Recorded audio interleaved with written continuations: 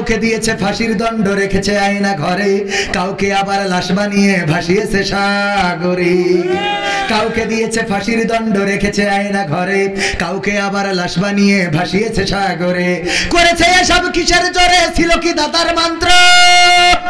কেমন গণতন্ত্র ছিল, কেমন গণতন্ত্র, গণতন্ত্রের আড়ালে ছিল দাদার ষড়যন্ত্র। কেমন গণতন্ত্র ছিল, কেমন গণতন্ত্র, গণতন্ত্রের আড়ালে ছিল মোদির ষড়যন্ত্র।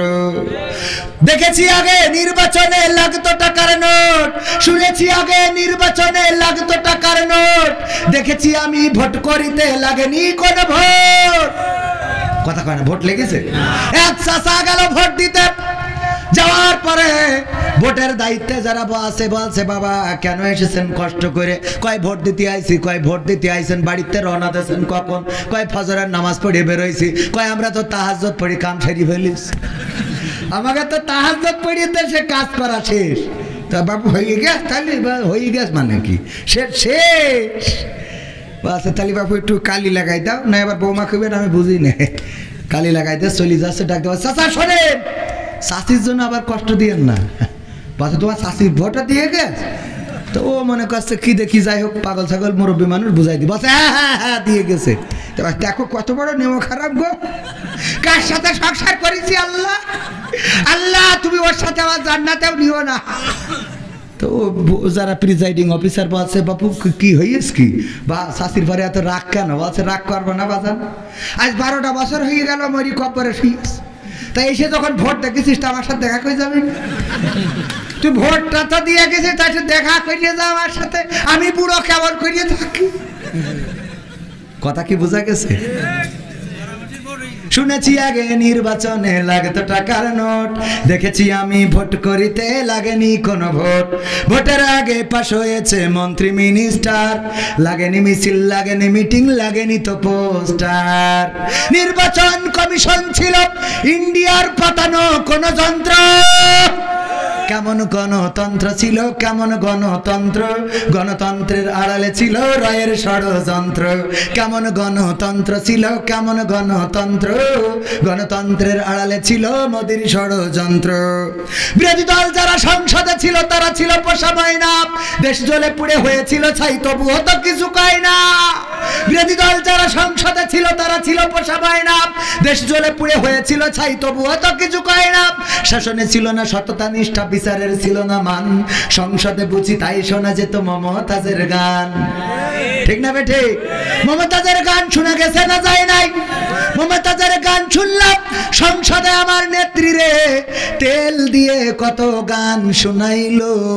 আর মমতাজ আপা এখন নীরব হয়ে গেল, নিস্তব্ধ হয়ে গেল, কোনো গান এখন আর শোনায় না। প্রথমে আমি একটা গান গেয়েছিলাম যে আপন বলে পৃথিবীতে কেউ নেই, মনে আছে না নাই? মনে আছে? অথচ দেখেন মমতাজের মতো নেমো খারাপ অনেকেই হইতে পারে না।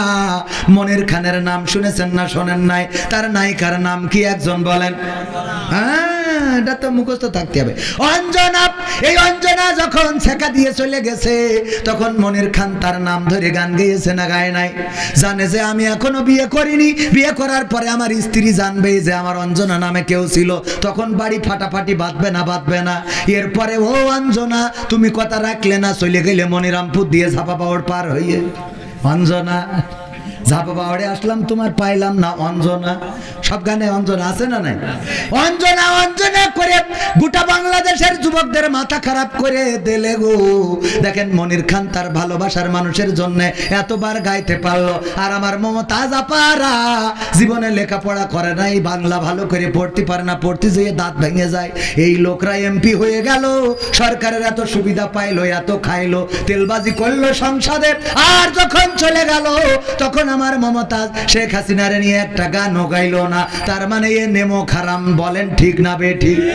আমি বললাম ওগো মমতাজ আপা, তোমার তো এখন এমন একটা গান গাওয়ার দরকার ছিল, আমার সোনার ময়না পাখি কোন বাদোষে দাদার কাছে গো, আমরা এই দেশে কেমনে থাকি রে আমার কলজের ময়না পাখি। ঠিক না বেঠে? এখন গাই, এখন গাই গাই গাই গান গায়, কিন্তু সেটা মানুষ সমাজে গায় না। এখন গোপনে পায়খানা ঘরের মধ্যে যেয়ে গায়, ও আমার দরদি আগে জানলে তোর ভাঙা নৌকায় চড়তাম না। ও রে আমার দরদি আগে জানলে তোর ভাঙা নৌকায় চড়তাম না। ভাঙা নৌকায় চড়তাম না আর এই বিপদে পড়তাম না।